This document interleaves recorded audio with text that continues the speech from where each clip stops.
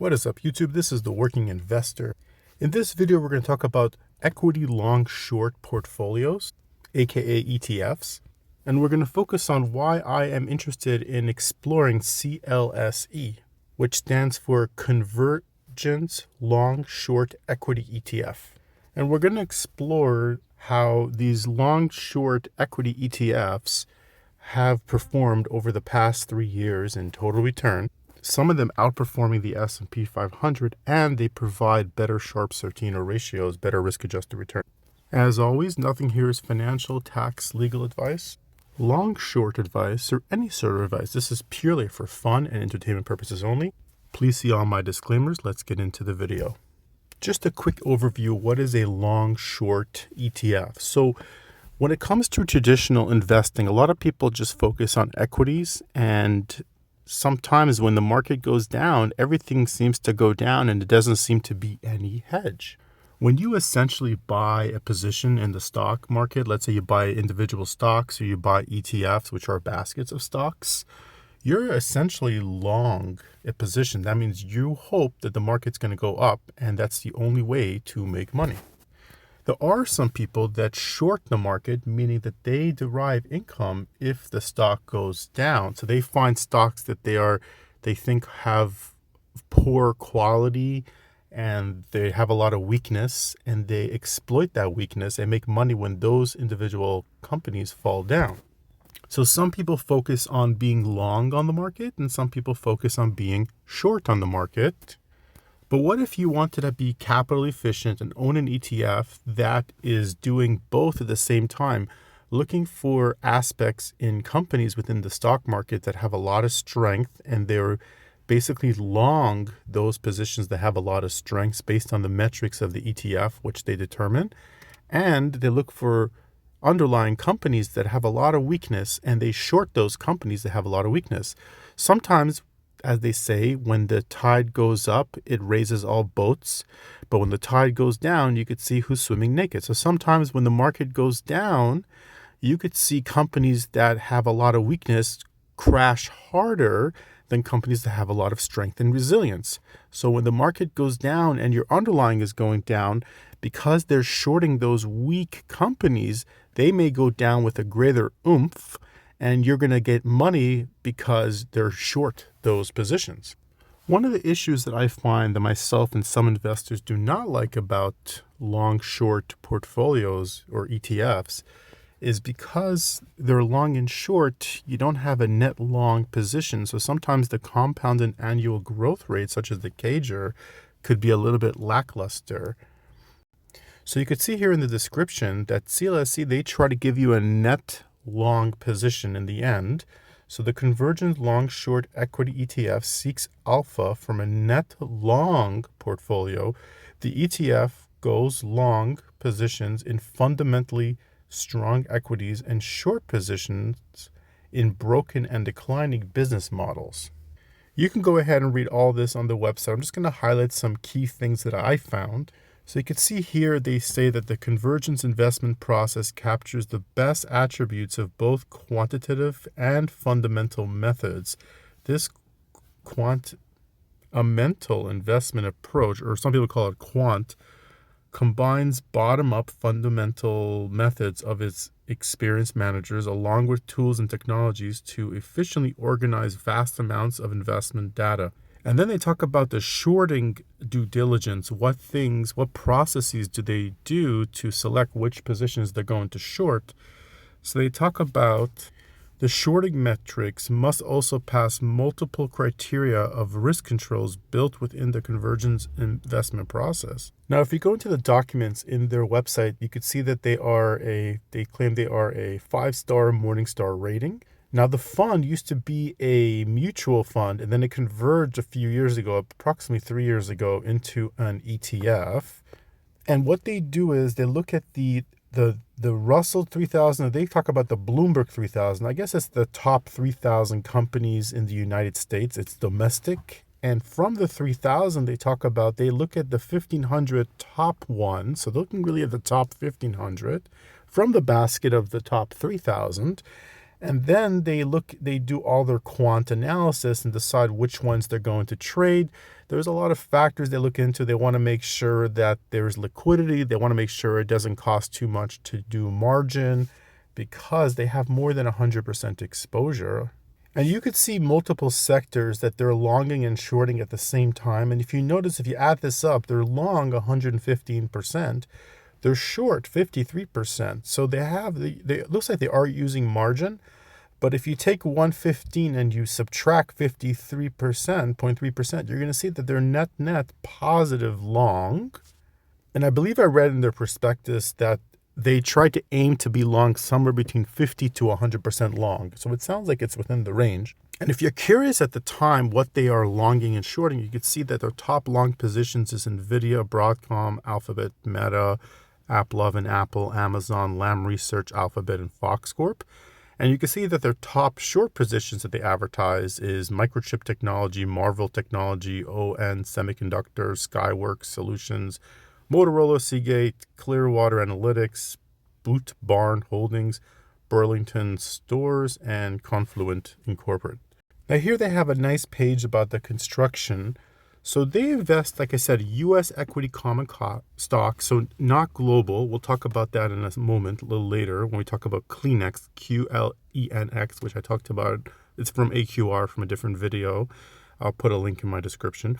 They focus on mid-cap to large. I guess that's the 1,500 top companies. They talk about, you can see the universe. They look at the Bloomberg 3,000 index, and then they look at the 1,500 largest ones. So they're really focusing on the top 1,500 companies from the 3,000 companies. I know it's a weird way of explaining it. And you can see here how the position. So they typically, in the long portion of the portfolio, they long somewhere between 140 to 180 stocks. And they try to keep the weight somewhere between 0.2 and 4%. They have a cap of 5% at cost. On the short side, they typically have 190 to 220 stocks. So more stocks they're shorting, but the weight is a lot less. They're 0.1 to 0.8% weight, maximum 2% at cost. So here you can see their portfolio turnover. It's somewhere between 1.5 to 3.5 times per year historically. They look at the liquidity. It's very important. And some of the things they look into, if they're going to short, they want to make sure that it's easy to borrow. They don't want to make sure it's not, there's a lot of different things they want to see. They want to see liquidity. And you can see here the typical exposure, their net exposure. Actually, here it says 60 to 80% net long. 60 to 80% is what they kind of target net long. And I found this pretty impressive on the top line. We process over 3 million data points daily to create, update, and monitor our fundamental signals in these 3,000 companies. They don't come cheap. They do have an annual expense ratio. It looks like an expense ratio of 1.44%. That's what it looks like on their website. Let's go ahead and talk about performance and total return. I went on Google AI and other places. I was trying to find the most common and most highest market cap by AUM long short portfolios. CLSE was from the top few. And you could see that HTUS has beaten them in total return. And we could talk about QLENX as well. Now, QLENX is a mutual fund, not an ETF. It's a little bit of a different wrapper. And I think you have to buy $2,500 at a time. It has some certain restraints. And also QLENX is also working on global market long short, not just U.S. domestic. It's a little bit different dynamics, but I just wanted to throw it in there because I thought it was interesting and it looks like it's been a beast. So you could see that if you look at the S&P 500, it's the second from the bottom in CAGR in the past 3 years. So you could see that it is possible to have some kind of long short position, which gives you a little bit of a buffer, a little bit of a downside damper potentially, and outperform the S&P 500. It's not or, it's and.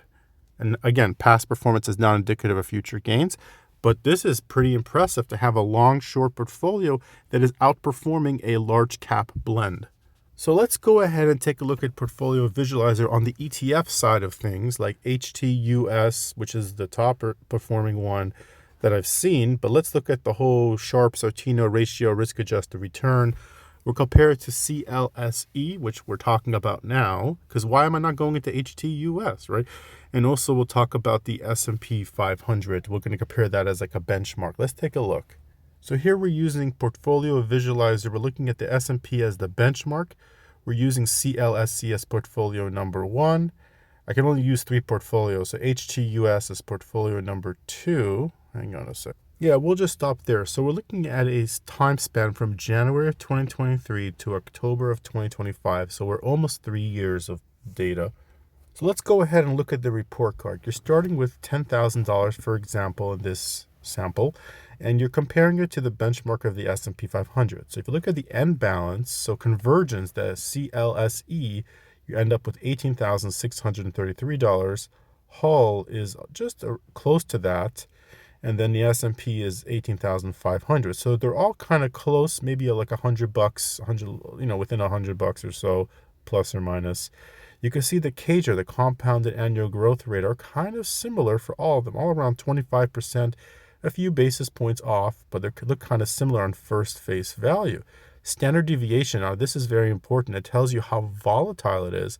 Look at this. CLSE has the lowest standard deviation compared to HTUS, which has greater CAGR that we saw on the 3-year chart, versus the S&P 500. So it's less volatile than the S&P and is giving you greater return. The best year for CLSE is 35% versus 30% for HTUS versus 26.19% for the S&P.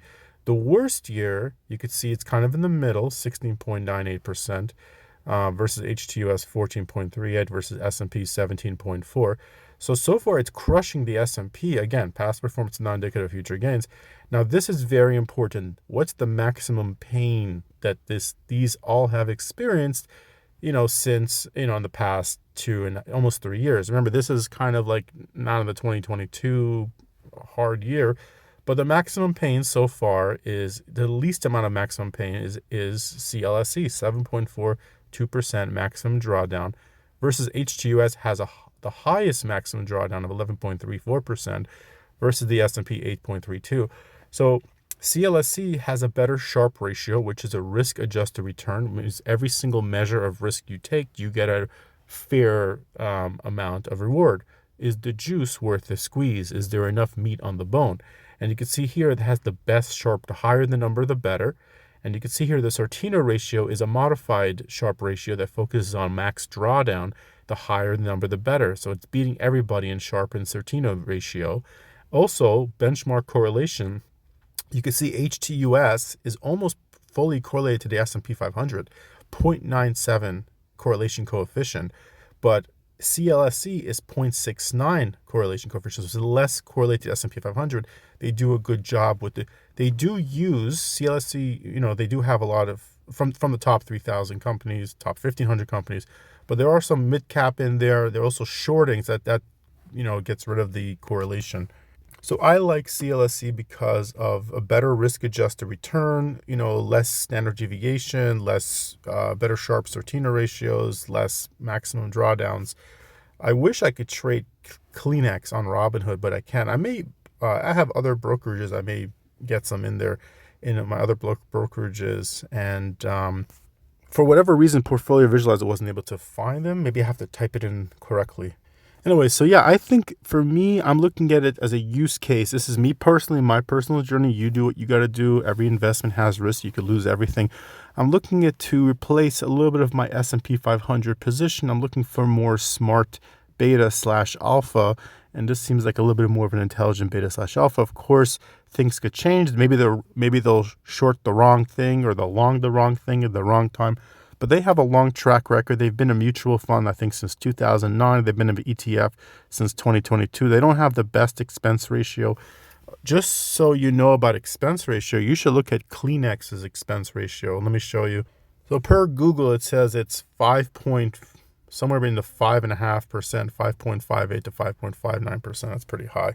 Anyways, let me know what you guys think. Do you have CLSE in your portfolio? Do you like it? Do you hate it? Do you think there are other use cases for this? Let me know in the description. I'm learning like all of you guys. I'm just a Joe Schmo on YouTube and trying to learn like the rest of you guys. This is the Work Investor Overnight. I hope you guys have a wonderful trading week. Be well.